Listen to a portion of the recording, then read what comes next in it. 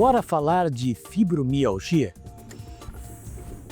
Dores frequentes nos músculos, tendões e ligamentos, problemas cognitivos, distúrbios do sono e cansaço excessivo. Esses são alguns dos sintomas da fibromialgia, uma condição crônica que afeta milhões de pessoas de todas as idades em todo o mundo.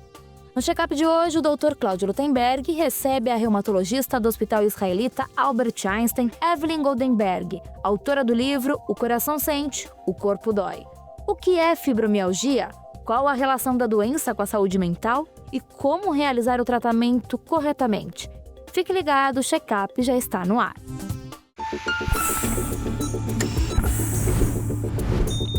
Check-up Jovem Pan, com o Dr. Cláudio Lutemberg. Evelyn, seja muito bem-vinda. Muito obrigada, Cláudio, pelo convite. Vamos pelo princípio. O que é a fibromialgia?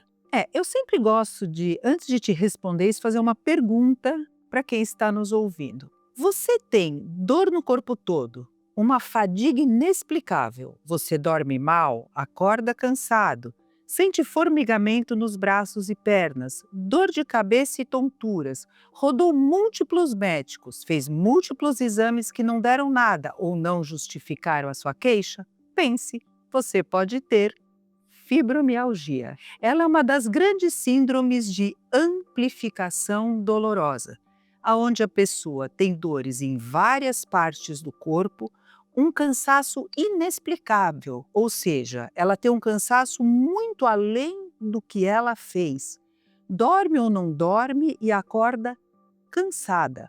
Vamos lembrar cansado também, porque homens podem ter também fibromialgia. Muitas vezes, sensação de formigamento em braços e pernas, sensação de inchaço no corpo e algumas síndromes associadas, como a síndrome do cólon irritável, onde a pessoa horas tem diarreia, horas prisão de ventre, a síndrome da bexiga irritável, a pessoa faz várias vezes por dia xixi, crente que tem infecção urinária e também não tem, e a disfunção de ATM, ou seja, da articulação temporomandibular, causando muita dor de cabeça. Quer dizer, na verdade, o paciente pode apresentar uma série de sintomas e uma série de sinais. Uma série de sintomas e sinais que, inclusive, muitas vezes se confunde com outras doenças. A gente vê muito pacientes que têm fibromialgia e recebem diagnóstico de artrite reumatoide, outros que têm lúpus, que na verdade não têm lúpus, são fibromiálgicos.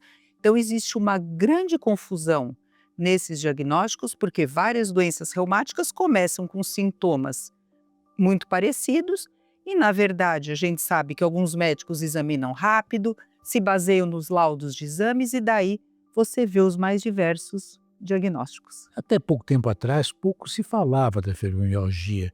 Você acha que a fibromialgia ela é subestimada ou ela é até confundida com algum outro tipo de doença? Com certeza sim, Cláudio, porque o que acontece? A fibromialgia ela tem como diagnóstico exclusivamente uma consulta bem feita. Então, o diagnóstico ele é fundamentalmente clínico, onde você vai tirar a história do paciente, mas uma história não só física. Por exemplo, está doendo, está cansado, dorme, não dorme. Uma história também do ponto de vista emocional. Como foi a sua infância, como foi a sua adolescência, como é a sua vida hoje no dia a dia, como está você no ambiente que você vive, no seu trabalho. Porque muitas vezes um estresse emocional pode ser o que deflagrou a crise de fibromialgia. A partir de você fazer uma hipótese diagnóstica, você vai solicitar os exames. Então, vamos refrisar isso. A partir de uma hipótese diagnóstica, você vai pedir os exames. Por que é importante a gente frisar isso? Porque na área da reumatologia, você tem muitos exames alterados em pessoas normais. Exemplificando 2. Você pode ter FAM positivo em baixos títulos em até 13% na população normal. Se você pegar, por exemplo, 10 pessoas que não têm dor nas costas e submeter a uma ressonância de coluna lombar, 30 vão ter no laudo hérnia de disco. Então vamos voltar agora para o fibromialgia. Ele fala que tem dor no corpo todo, inclusive nas costas, um cansaço muito grande, pelo estresse ele até está perdendo um pouco de cabelo. O médico tirou aquela historinha mais ou menos, mal examinou, foi lá, pediu a ressonância lombar ou FAM. Pronto, vem na ressonância a hérnia. O que o médico vai falar? Ah, tá vendo? Você está com essa dor aí por causa da hérnia.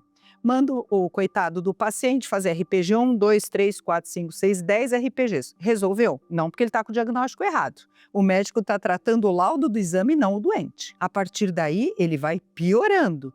Falar, meu Deus do céu, isso aqui não sara nunca. Ah, então agora você vai operar a coluna. Então, a quantidade de cirurgias desnecessárias que você vê e diagnósticos errados pela falta da anamnese e o exame físico corretos trazem tanto o superdiagnóstico, ou seja, o médico às vezes nem sabe o que tem e fala que é fibromialgia, e o subdiagnóstico ou diagnóstico errado. Quer dizer, pelo que você está explicando, o diagnóstico da fibromialgia depende de uma anamnese, ou seja, um exame clínico, uma avaliação com profundidade, um diálogo profundo com o paciente. Isso me faz entender que o conhecimento da fibromialgia, a rigor, deve ser algo que diz respeito não só ao reumatologista, mas ao clínico geral. Sim, um bom clínico teria que dar o diagnóstico da fibromialgia, mas infelizmente a gente vê até vários clínicos e próprios reumatologistas que não dão. A população tem que entender que a fibromialgia é um diagnóstico clínico, onde os exames basicamente são para afastar outras doenças com sintomas parecidos. Então, por exemplo, uma tireoide descompensada pode dar dor no corpo e fadiga. Então, você vai pedir exames da tireoide para afastar outra doença. Uma artrite reumatoide pode começar com uma dor no corpo e uma fadiga. Então, você vai pedir provas inflamatórias, uma pesquisa, por exemplo, para artrite reumatoide, para afastar essa doença. A partir daí, você vai concluir o diagnóstico. Agora, exames laboratoriais que você está fazendo sem nem saber por que está fazendo, vão te trazer erros diagnósticos. Quantos pacientes são operados de síndrome do túnel do carpo e que, na verdade, não precisariam, porque ele fala para o médico que está formigando o braço e perna, o médico faz aquela eletromiografia que vê uma síndrome do túnel do carpo leve que não tem nada a ver com o caso e fala, olha, vai operar. Então, a quantidade de erros pela falta da anamnese e do exame físico bem feito é monstruosa. Desde cirurgias de coluna, cirurgias de síndrome do túnel do carpo. Outra coisa que é muito interessante na fibromialgia é o custo que ela gera para a sociedade, porque você imagina esse paciente que não tem diagnóstico, ele procura inúmeros serviços médicos desnecessários também. Por quê? Começa a doer o peito e formigar o braço esquerdo, o que ele acha que está acontecendo? Estou infartando. Vai no pronto-socorro uma vez, 2 vezes, 3 vezes, achando que está infartando e não está. Ele está com dor de cabeça e com tontura, o que ele acha que ele está tendo? Um AVC, um derrame, também não está. Então, é uma doença que, quando não diagnosticada, traz um impacto muito grande para o portador, para os familiares e para o próprio serviço de saúde. Você falou que o estresse, alguma situação emocional, pode desencadear o quadro da fibromialgia. Eu queria agora, talvez, que você explicasse o contrário. Se a fibromialgia pode ter uma repercussão importante, levando a quadros de depressão, ansiedade. Existe esse tipo de evolução? Muito, Cláudio, porque, veja, uma vez que esses pacientes rodam múltiplos médicos, fazem múltiplos exames, que em geral não justificam as suas queixas, eles caem num descrédito deles próprios e da família. Fica assim, os familiares, mas espera aí, o que você tem? Que você roda tanto médico, faz tanto exame e não dá nada? Ah, isso aí é coisa da sua cabeça. Ele vai rodando médicos que também falam, você não tem nada. Então, muitos desses pacientes entram em depressão, em crises de ansiedade, porque eles passam a acreditar que eles têm uma coisa tão rara e tão grave que ninguém consegue dizer o que eles têm. Então, muitos pacientes desenvolvem quadros de depressão e ansiedade extrema por não saberem o que têm e pela falta do diagnóstico correto, com certeza sim. A fibromialgia afeta de 2 a 4% da população em todo o mundo. No Brasil, estes números chegam a 3%, em sua maioria, mulheres entre 30 e 55 anos. E de acordo com a Sociedade Brasileira de Reumatologia, de 10 pacientes com a doença, de 7 a 9 são mulheres. Em decorrência da falta de explicação para a origem da fibromialgia, apenas 2,4% dos portadores são diagnosticados e tratados corretamente. Quando a gente fala com os reumatologistas, eles falam muito sobre imunossupressão, uso de anti-inflamatório não hormonal, uso de anti-inflamatório hormonal. Como você trata a fibromialgia? Existe uma combinação entre anti-inflamatório e analgésico? Como é que a gente lida no dia a dia no aspecto medicamentoso? Essa pergunta é excelente, Cláudio, porque assim, a primeira coisa, não se usa anti-inflamatório e corticoide em fibromialgia, tá? Até o momento, ela não é considerada uma doença inflamatória.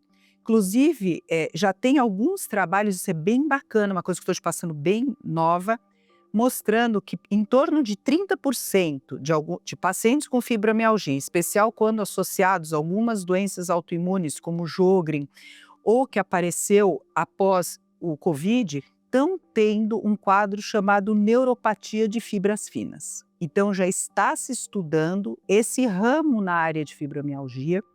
E agora, nesse Congresso Europeu de Reumatologia, o EULAR, que foi agora em junho, já está se apresentando alguns trabalhos questionando se quadros graves de fibromialgia não possam ter algum componente autoimune. Mas em relação à autoimunidade, não se provou nada até o momento ainda, então o tratamento não é feito com anti-inflamatórios e com corticoides. Daí você me pergunta, mas tem um tratamento padrão de fibromialgia? Não tem, porque cada caso é um caso aqui também. Se você tem um paciente que predomina a dor, é diferente de um tratamento de um paciente que predomina a fadiga, é diferente de um paciente até que predomina um quadro de depressão, que se associa em torno de 25% a 50% dos casos. Mas em vias de regra, antidepressivos, estabilizadores do humor, analgésicos, já tem trabalhos com o canabidiol no tratamento de fibromialgia, mas a gente sabe claramente que anti-inflamatórios e corticoides não devem ser usados nessa doença. E aí vem até uma coisa interessante, quando chega um paciente no seu consultório que fala, ai doutor, eu tenho uma dor no corpo todo, uma coisa horrível, eu só melhoro quando eu tomo corticoide e o médico diz que eu tenho fibromialgia. Esse é um que pode estar com o diagnóstico errado, porque a polimialgia reumática, por exemplo, pode dar sintomas muito parecidos e ela melhora com corticoide. Então aí vem algumas confusões e quando o paciente chega no seu consultório e te fala isso, já te alerta que ele realmente pode estar com o diagnóstico equivocado. E onde entra a terapia cognitiva comportamental? Isso é muito importante para o paciente com fibromialgia, porque imagina você que o paciente desenvolveu por um estresse emocional. Agora, dando um exemplo bem prático da vida, tá? Ele está trabalhando no mundo corporativo e ele tem aquele chefe que ele não gosta, ou ela não gosta. E ela fala, ai meu Deus do céu, todo dia que eu vou trabalhar eu vejo a cara daquele chefe, meu Deus, me dá um negócio, me começa a doer o corpo todo. Daí eu faço a pergunta, tudo bem, você pode largar o emprego? Ah, não posso, então. Você vai trocar de chefe? Então, também não vou. Então você tem que fazer terapia para se adaptar melhor à sua realidade e passar a encarar melhor o seu chefe, né? Isso é terapia cognitivo-comportamental, é você aprender a mudar o seu comportamento frente a um agente estressor para que você fique bem com você mesma. Ou até para você aceitar a sua doença, né? Ai, mas eu não vou sarar nunca. Ai, meu Deus do céu, eu acho que eu vou morrer disso. Não. Você tem que mudar o seu pensamento em relação a você mesma e entender que você pode melhorar e você pode ser uma pessoa normal. Isso a terapia cognitiva ajuda. Agora, veja, a gente tem que tomar muito cuidado, Cláudio. Você sabe, eu trabalhei como reumatologista contratada do Einstein por 10 anos no setor de medicina do trabalho.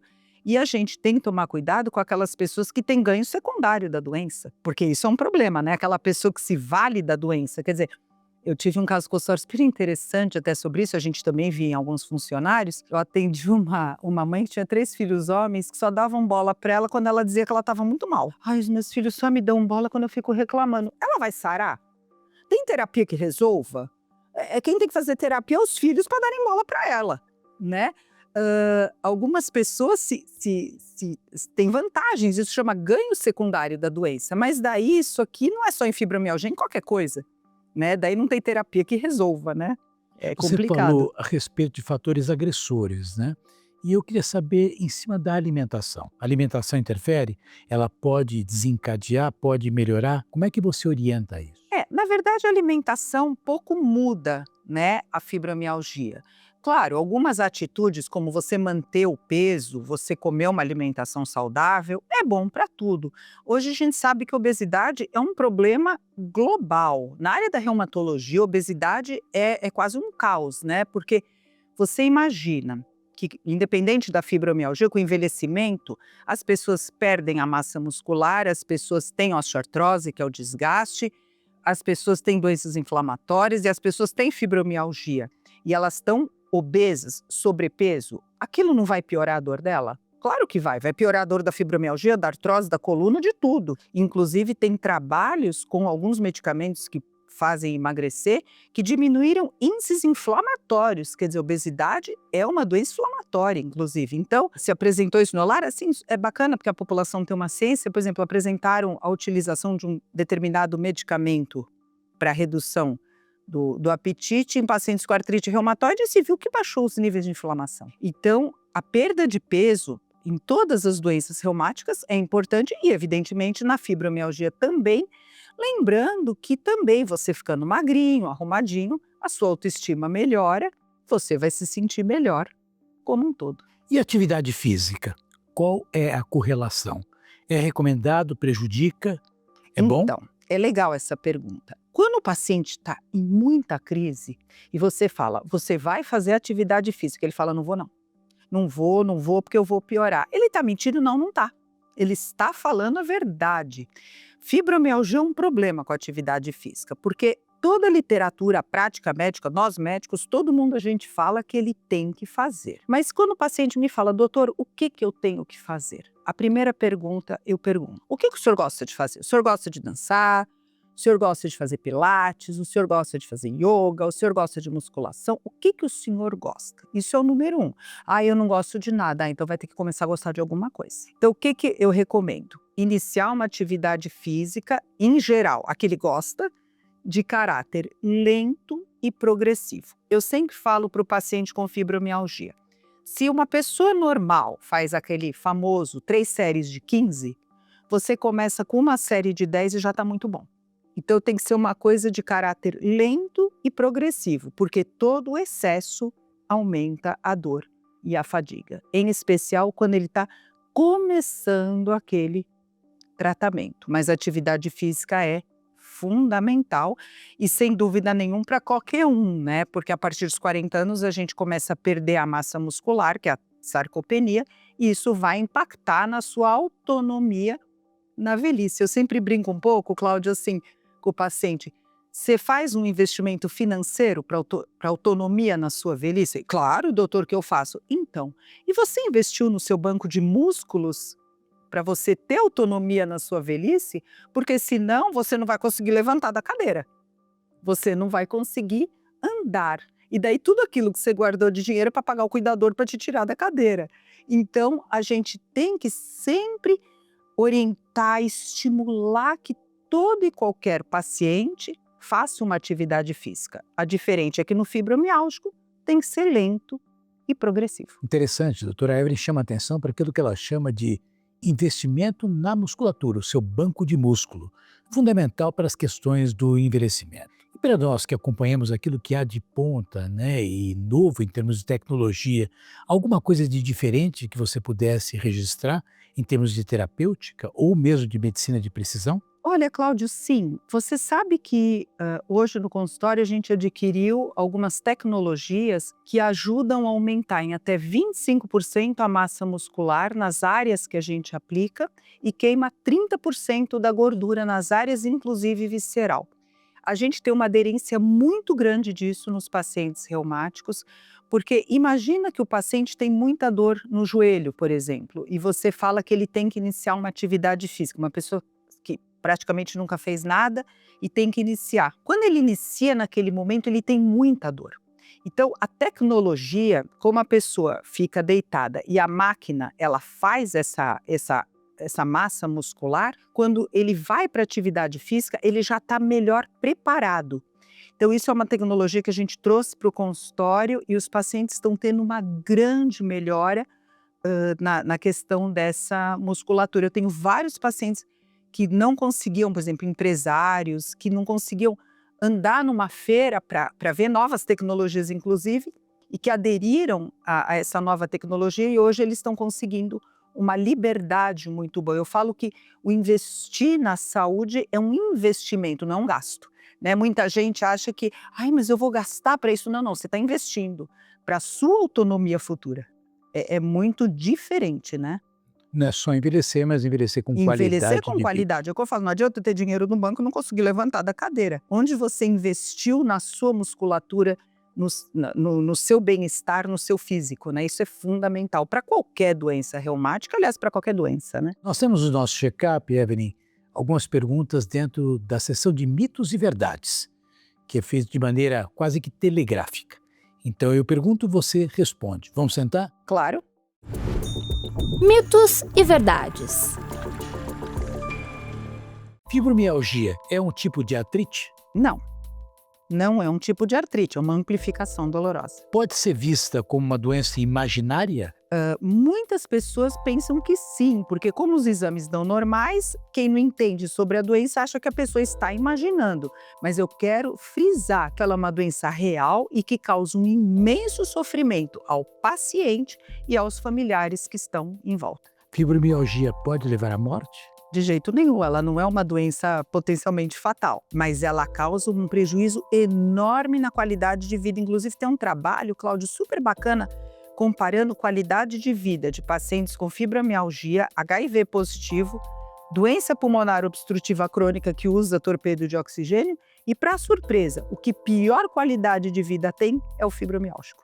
Fibromialgia pode ser entendido como uma doença de quem não tem o que fazer? De forma alguma, isso aqui é um absurdo que a gente escuta, às vezes, alguns parentes falando, não faz nada, falta de tanque, falta do que fazer. Não, coitada da pessoa, ela está sofrendo horrores e ainda tem que escutar esse absurdo. É lamentável, né? E o clima interfere na dor da fibromialgia? Muito, particularmente o frio e a umidade. Agora, com esse frio, os pacientes estão sofrendo bastante nesse momento. Fibromialgia compromete mais mulheres? Compromete mais mulheres, mas homens também têm fibromialgia. Eu gosto de frisar isso, porque você sabe que o fibromialgico homem sofre mais que a mulher. Primeiro, porque nem ele acredita que ele tem isso, porque como se mistificou que a fibromialgia é uma doença de mulher, quando você fala para um homem que ele tem fibromialgia, ele, ai meu Deus do céu, tem doença de mulher? Não tem. Você tem uma doença que compromete homens também. Bem, essa foi a doutora Evelyn Goldenberg, que nos falou a respeito de uma doença hoje bastante comentada e objeto de dúvidas e que certamente você pode sanar assistindo o nosso check-up. Evelyn Goldenberg, que é médica reumatologista, doutora em reumatologia. Evelyn, muito obrigado. Obrigada a você pela oportunidade e estamos aqui para tirar qualquer dúvida em relação à reumatologia. Muito obrigada. Esse foi o nosso check-up sobre fibromialgia. Se você tem dúvidas, quer sugerir alguma coisa, escreva drclaudio@jovempan.com.br. Vamos ficando por aqui. Semana que vem, se Deus quiser, estaremos novamente presentes na nossa Jovem Pan. E no check-up de hoje você viu a importância do diagnóstico correto, impactos emocionais da fibromialgia, como tratar a fibromialgia tendo em vista a diferença entre os casos, a importância de mudar o comportamento frente ao agente estressor, os efeitos do sobrepeso e a relevância de praticar exercícios físicos de maneira adequada.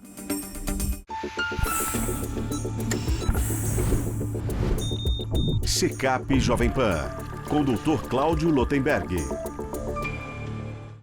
A opinião dos nossos comentaristas não reflete necessariamente a opinião do Grupo Jovem Pan de Comunicação.